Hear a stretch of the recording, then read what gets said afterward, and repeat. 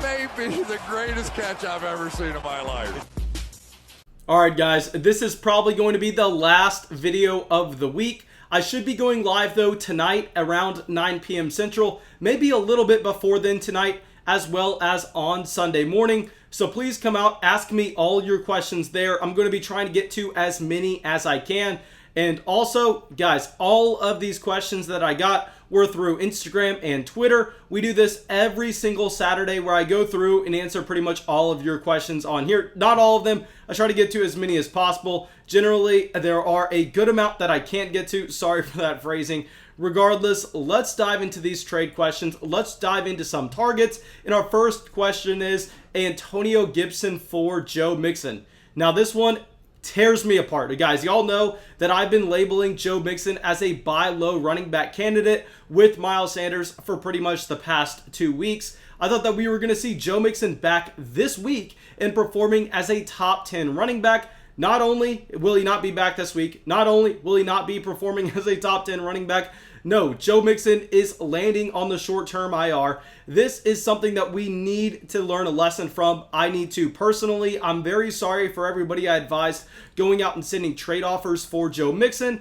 I think we really need to take these injuries a little bit more serious in terms of the players that have a long-term contract on a team that has no shot of making it to the playoffs or the Super Bowl. There is really no incentive for the Cincinnati Bengals to go out there and get Joe Mixon activated anytime soon. Honestly, this short-term IR move could end up leading Joe Mixon to being completely unavailable for the rest of the 2020 football season. Then when we look over at Antonio Gibson, this is a running back that I was very excited about this summer. Y'all know I nonstop talked about him being a 3-down running back that could catch balls out of the backfield and provided you an elite athletic profile, very similar to what we saw with Saquon Barkley. Well, since then, really, J.D. McKissic has assumed the role of the pass-catching running back on this offense. I have no idea why. I really thought that J.D. McKissic would have been a little bit more of a role player rather than how many targets he's seeing every single game.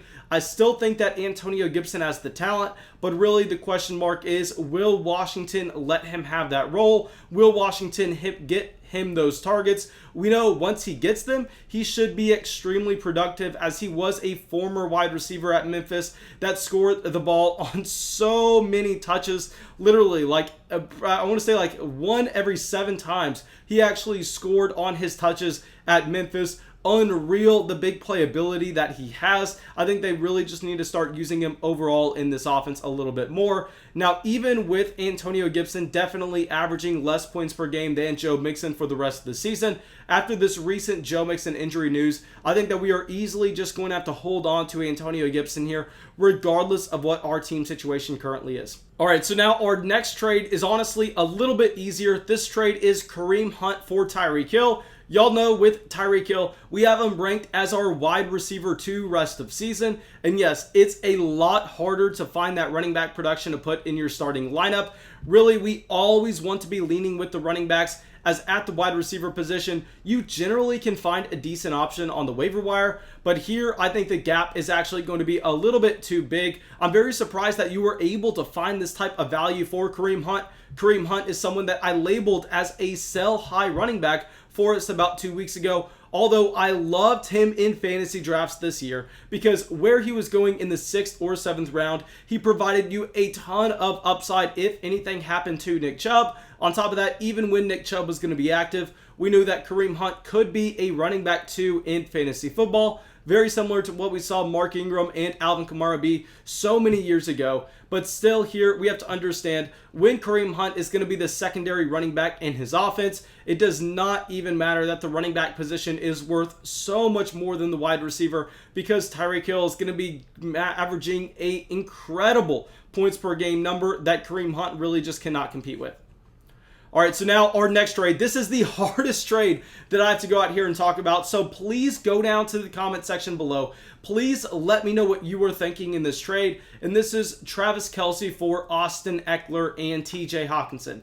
Now, I know with Travis Kelce, this is actually a tight end that may be a top 5 player for me rest of season, just because if you look at his production compared to the rest of the tight end position, Travis Kelce is insane. Travis Kelce is pretty much doubling the points of the tight end 5 every single week. It's almost impossible to find that kind of production anywhere. We know that generally you've had a much better shot at trying to replicate that running back production off the waiver wire. Guys like James Robinson, guys like Mike Davis. At wide receiver, you were able to find guys like Robbie Anderson, but at tight end, no. I mean, outside of Travis Kelce, the first tight end off draft boards in 2020, really, you cannot find anything here. Then let's look over what the other side of the trade is, because the other side of the trade is equally appealing, if not more. They have TJ Hockenson. Y'all know that TJ Hockenson is actually a top 5 tight end for me rest of season. I actually have him as our tight end 4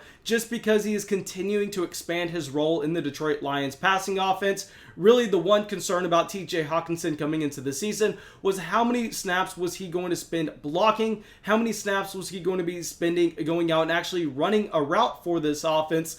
Really, I've been extremely impressed with the role that he has had. He's almost an every down player for this Detroit Lions offense. And when he is in there, he's not necessarily just blocking for Matthew Stafford. He's getting out, he's running routes, and we know that he's been looked at frequently in the end zone. So TJ Hockenson, there are reasons to be excited. Clearly, I think we have to project Travis Kelce to probably have double TJ Hawkinson's points rest of season, though. And then if we're looking at the running back in this deal, Austin Ekeler. The more I think about it, the more that I look into it, it may just be that Austin Ekeler is a top 10 running back rest of season.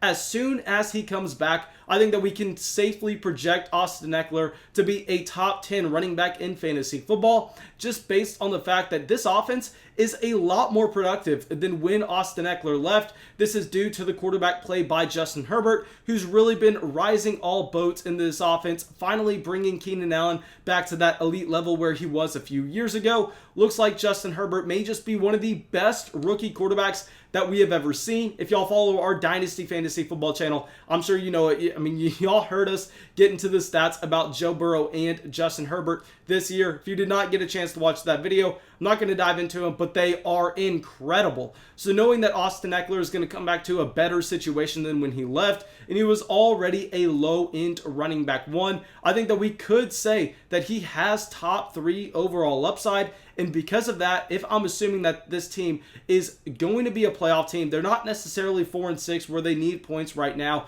We are just going to end up going with Austin Ekeler and that elite floor and ceiling combination as soon as he gets back from injury. But like I said earlier, I mean, we should be learning our lesson right now with a Joe Mixon, as these running backs that are playing for teams that really don't have the shot in the playoffs, don't really have a shot to even make it there. It makes a lot more sense just for their own respective franchises to completely shut them down for the year.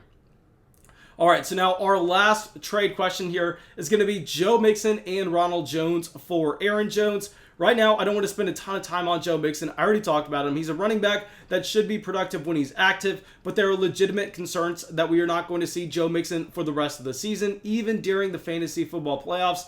Now here with Ronald Jones for Aaron Jones, I think that y'all are severely undervaluing Aaron Jones here. This was a running back that I'm just going to admit I got wrong in 2020. With Aaron Jones, I did not like his current cost in fantasy football just because A.J. Dillon was drafted in the 2nd round by this Green Bay Packers organization, and we really thought this was going to look a little bit more like a committee, and it has been a committee, but this is what we did not understand about Aaron Jones when we came into the year. Aaron Jones, since he was drafted way back in the 2017 NFL draft class, has not been a running back that's providing you that elite workload. What he's actually doing is he's providing you that elite efficiency, but he's doing it in a way that's sustainable. He's doing it based on the fact that he's getting all of the valuable touches in his Green Bay Packers offense. He gets the targets out of the backfield. He gets the work at the goal line, and that is really going to translate over to fantasy football production. That's something that we really need to do a better job at evaluating in 2021.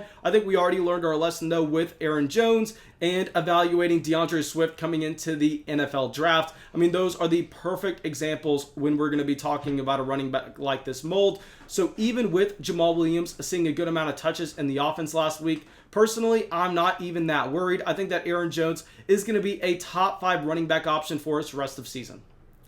Okay, so now our last running back that we need to talk about in this deal, Ronald Jones. Ronald Jones is a clear sell high candidate for me after going over 200 yards against a very bad Carolina Panthers defense. Yes, that Panthers defense has actually been decent against the pass this year, at least compared to where we thought they would be, but they consistently give up so much production on the ground where Ronald Jones was really able to go out there and capitalize, and the game script was perfect for Ronald Jones, where this team could rely on the run. They did not have to continually air it out and push it down the field with Tom Brady. So when that's going to be the pace of play, we know that Ronald Jones is going to be the running back in that backfield. But if the game's a little bit more competitive, if they really need to play from catch-up, we are going to see more Leonard Fournette than Ronald Jones, and that's something that I am not that excited in. Now, thank you guys. I really hope y'all enjoyed this video. I really hope y'all got something from it. As always, if y'all did, please go down there, drop a like, leave a comment, subscribe to the channel. It really, really helps us out. And I hope I see you in the live stream tonight or tomorrow morning.